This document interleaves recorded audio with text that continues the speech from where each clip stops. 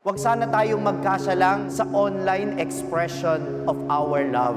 Kasi minsan, yung pagtatapat ng ating pag-ibig at sama ng loob, umuubra na sa pagme-message lang natin sa social media.